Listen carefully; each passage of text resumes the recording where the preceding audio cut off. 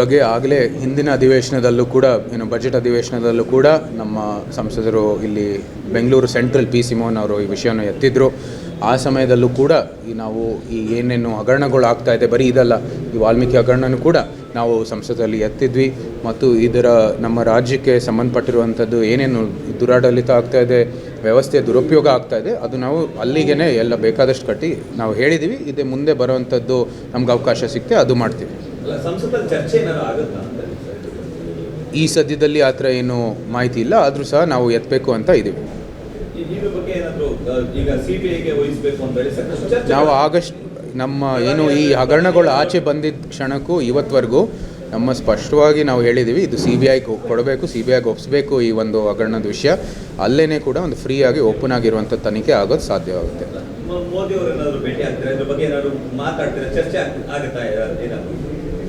ನಾವು ಏನೇನು ನಮಗೆ ಲಭ್ಯವಿರುವಂಥದ್ದು ವ್ಯವಸ್ಥೆ ಇದೆ ಮತ್ತು ಲಭ್ಯವಿರುವಂಥದ್ದು ಏನೇನು ಇದು ವ್ಯವಸ್ಥೆ ಇರೋದು ನಮ್ಮ ಮುಂದೆ, ಅದರ ಎಲ್ಲನೂ ಉಪಯೋಗ ಮಾಡಿಕೊಂಡು ಈ ರಾಜ್ಯಕ್ಕೆ ಲಾಭ ಆಗುವಂಥದ್ದು, ನಾವು ಜವಾಬ್ದಾರಿಯುತ ವಿರೋಧ ಪಕ್ಷ ಇರುವಂಥದ್ದು ನಮ್ಮ ರಾಜ್ಯದಲ್ಲಿ, ಅದರ ಒಂದು ಮೇರೆಗೆ ನಾವು ಕೆಲಸವನ್ನು ಮಾಡ್ತೀವಿ.